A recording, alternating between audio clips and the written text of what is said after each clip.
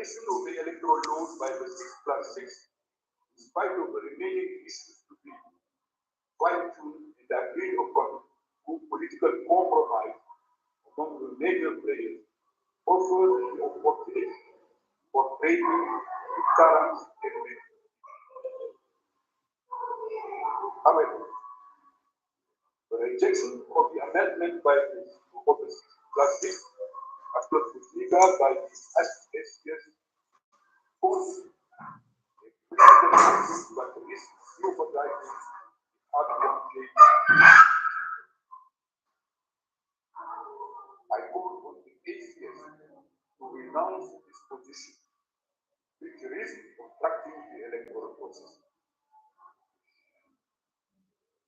The controversy between HOR and ACS over the law, the highly contentious issue of legal government, the linkage between the presidential and parliamentary elections, and the possibility of withdrawal of the conditionalities attached to a mandatory second round of the presidential elections put the whole electoral process at risk of a novel political crisis. It could lead to a repeat of December 2021 scenario from the August 22 crisis. In this regard, and in line with the Muslim conflict prevention mandate, I wish to alert you to the risks of violent conflict involved by a unilateral appointment of the government by any of rival parties and call on this council to use its influence to prevent this dangerous violence and to mobilize the Muslim party for dialogue. Since my last visit, I have engaged with major stakeholders at the institutional level and when needed to four walks of life to encourage them to display their goodwill and good faith for the success of the electoral process. Only the genuine commitments of hope serve the interests of the people for peace, stability, and prosperity and to choose a positive electoral outcome. Those alone cannot and will not make elections happen. They need to be supported by the buy-in of a wide range of stakeholders, including the major institutional players, but also military and security actors, political parties and candidates, community leaders, civil society organizations, women and youth groups, media professionals, and other constituencies. I call on all stakeholders, including major leaders, to meet and agree on a binding political settlement towards a peaceful electoral process. The backbone of it will be a unified government to lead Libya through elections.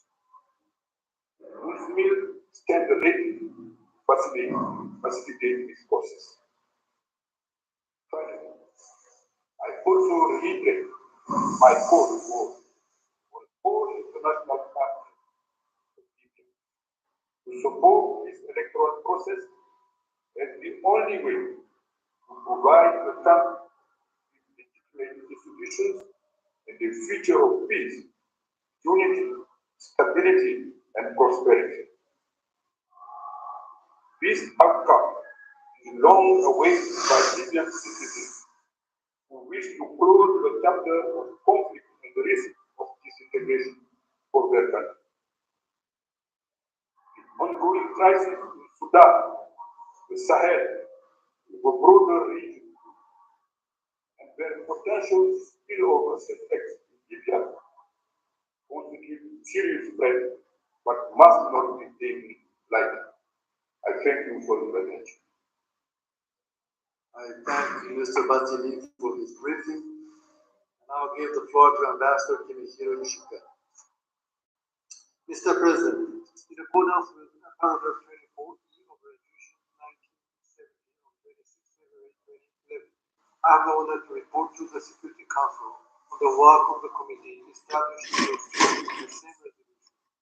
The report covers the period from 23rd August 2023 to 16th October 2023, during which time the committee conducted its work using the silence procedure with the aim of facilitating the implementation of the sanctioned measures. Concerning the armed embargo, the committee replied to a letter from Libya on an interaction between a Libyan flag vessel and EU NAVFOR Operation Irene. The committee also received a vessel inspection report from Operation Irene. The committee further received a letter from the panel of experts, as well as communication from the member state concerning a prior note verbal received from Italy on the transfer to the Libyan government of certain vessels for coastal patrol. In relation to the asset freeze, no negative decision was taken by the committee in relation to 5 notifications, invoking paragraph 19A of Resolution 1970, 4 of which were submitted by the Kingdom of Bahrain and 1 of which was submitted by the United Kingdom. The committee is also considering a response to a letter from the Libyan Investment Authority, a listed entity, on certain aspects of the asset freeze. With regard to the travel ban, the committee received a communication from a representative of Ms. Aisha Gaddafi, a listed individual, confirming her return to Oman from Egypt and Italy, as well as a notification from the United Arab Emirates as a state authority. The committee received a delisting request from Libya for 1 individual, consideration of which is ongoing. The committee also received a 3rd communication from the focal point for delisting established pursuant to Resolution 1730, in connection with a delisting request submitted by another listed individual. Consideration of this delisting request is also ongoing. Lastly, the committee received a note verbal from Malta regarding its deployment of a naval vessel to the port of Tobruk, Libya, on a humanitarian rescue mission. In conclusion, Mr. President, I would like to reiterate the committee's commitment to contributing to the promotion of peace and stability in Libya. I thank Ambassador Ishikane for his briefing. I now give the floor to those council members who wish to make statements. I give the floor to the representatives of the United Kingdom. Thank you, President. I thank SOSG Batley for his briefing and the Permanent Representative of Japan for his update on the work of 1970. I also welcome the participation of the representative of Libya in this meeting. Firstly, I want to express the UK's deep condolences to the people of Libya following the devastating flooding in Derna. The UK is committed to supporting those affected by the flooding. We've mobilised over $6 million in support, contributing to the UN Flash Appeal, deploying UK emergency medical teams and technical engineering support. We will continue to coordinate closely with the UN and Libyan authorities on further support as required. We welcome SOSG Batley's statement on the need for a national mechanism to direct recovery and reconstruction efforts. To be effective, any reconstruction efforts must be unified across eastern and western Libya and coordinated with local, national, and international partners. There must be full transparency, effective oversight, and accountability for the Libyan people.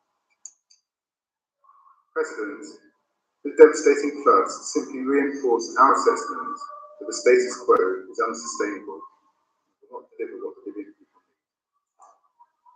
Libya's citizens continue to suffer the lack of political progress. Unified, democratically elected government is needed to respond effectively to citizens' needs. In this regard, we note UNSMIL's assessment that the updated electoral laws constitute a working basis to hold elections and require the commitment of all major parties to implement. However, as the SOSG has made clear, contentious issues remain. These need to be resolved through an inclusive political agreement. So we urge Libya's leaders to engage with SOS Battery in a constructive manner, to give this process a chance of success. They should attend any UN-convened meetings and make necessary concessions in order to move Libya towards elections. We look forward to working with Council members on the renewal of UNSMIL's mandate later this month. UNSMIL is an essential partner in Libya and vital to efforts to help create a path towards free, fair and inclusive presidential and parliamentary elections. We hope this renewal will provide the continuity that SOS Battery needs to lead the mission and steer international support towards an inclusive political settlement for Libya. Thank you. I thank the representative of the United Kingdom for their statement, and I now give the floor to the representative of Ecuador. Gracias. Thank you, President. I thank Special Representative Battini and Ambassador Ishikane for their briefings. I welcome the presence of the permanent representative of Libya, Ambassador Tahar El-Soni. I should like to begin by expressing Ecuador's solidarity with the Libyan government and people following the devastating tragedy in Derna last September as a result of the passage of Storm Daniel. Our condolences go to the Libyan people for the loss of lives. The reports are encouraging of coordinated work within Libya for those affected. It has been positive to hear that this natural disaster has created a feeling of national solidarity, where Libyan citizens have left behind political questions and have united to help those affected. Ecuador hopes that this unity can be translated to all sectors of society. Now more than ever, the Libyan people need unity. It is a priority to step up the efforts for the recovery and reconstruction of the zones affected by the disaster, with long-term strategies focusing on the most vulnerable groups, which prioritize inter alia psychosocial support for those affected. Ecuador echoes UNSMIL's call upon all relevant national and local Libyan authorities and international partners in Libya to facilitate an agreement upon a unified, coordinated Libyan national mechanism, which will steer the recovery and reconstruction efforts and guarantee transparency and accountability, based upon an objective assessment of the situation and of the needs on the ground.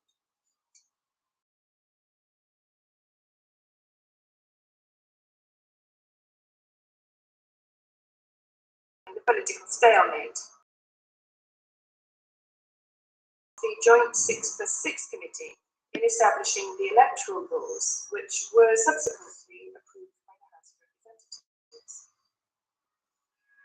We trust that the relevant Libyan stakeholders, with support from UNSMIL, will resolve any controversial issues so as to enable the holding of peaceful, transparent and inclusive elections as soon as possible. My country reaffirms its support for the efforts of the Special Representative to achieve a viable political agreement in the interests of all Libyan people. Moreover, we must continue to pay close attention to the humanitarian situation for migrants and refugees in Libya. It's important to step up international cooperation to tackle illicit trafficking and smuggling of persons in the region, and for the perpetrators of this to be brought to justice.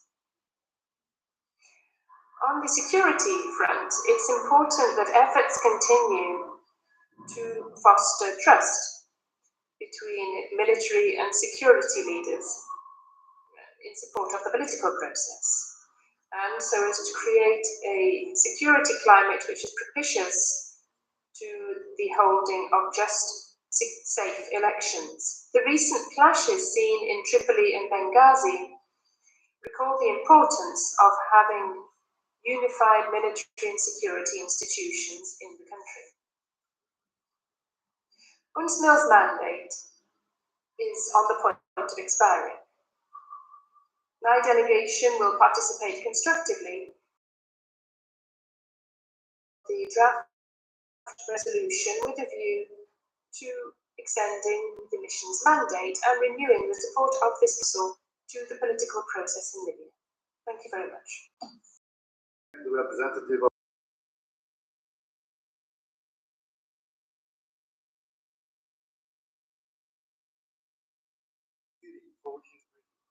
let me begin by expressing Japan's deep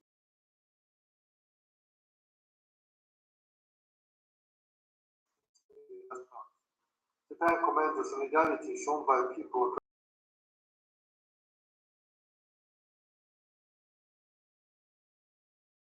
after the disaster. Japan provided food assistance as well as emergency relief goods to those affected. In addition, earlier this month, Japan decided to extend emergency grant aid amounting to $3 billion through international organizations. National unity and solidarity will be required more than ever in the reconstruction phase. This is especially public institutions. Japan takes note with concern of the recent statement by UNSMIL about the emergence of unilateral and competing initiatives from Libyan actors and institutions. We welcome the SLSG's call to establish a unified and coordinated Libyan national mechanism to direct the recovery and reconstruction efforts. Mr. President, we repeat the strong call for the holding of national presidential and parliamentary elections across Libya at the earliest possible time. Elections are the only way to restore the legitimacy of the country's institutions. The Council must clearly show its continued support to the SLSG by unanimously adopting a strong resolution at the end of this month. Japan is committed to constructively engaging in the upcoming negotiations. Japan also takes note of the efforts of the 6+6 Joint Committee in drafting electoral laws. While Japan respects the Libyan-led and Libyan-owned process, the solutions must be consensual and implementable to ensure a smooth electoral process. On the security front, Japan is concerned about the clashes in Benghazi on 6 October. Japan reiterates its call on Libyan parties to continue to implement the ceasefire agreement in full, including the withdrawal of foreign forces, foreign fighters, and mercenaries. We encourage the 5+5 Joint Military Commission to further the reunification of military and security institutions. We also welcome its effort to create a conducive environment for holding free and fair elections. To conclude, I would like to reaffirm my country's commitment to the support of the Libyan people at this crucial juncture. I thank you. I thank the representative of Japan for their statement, and I now give the floor to the representative of Mozambique. Mr. President, I have the honor to deliver this statement on behalf of EA3. EA3 wishes to thank the Special Representative of the Secretary General, Sabatile, for his insightful and updated briefing on the situation in Libya. We extend our gratitude to His Excellency Ambassador Kim for his briefing in his capacity as Chair of the Committee 1970 concerning Libya. We welcome the participation of our brother, His Excellency the Ambassador and Permanent Representative of Libya to the United Nations to today's meeting. We would like to start by expressing our deepest condolences and sympathies to the families who lost their members due to the devastating floods in Libya.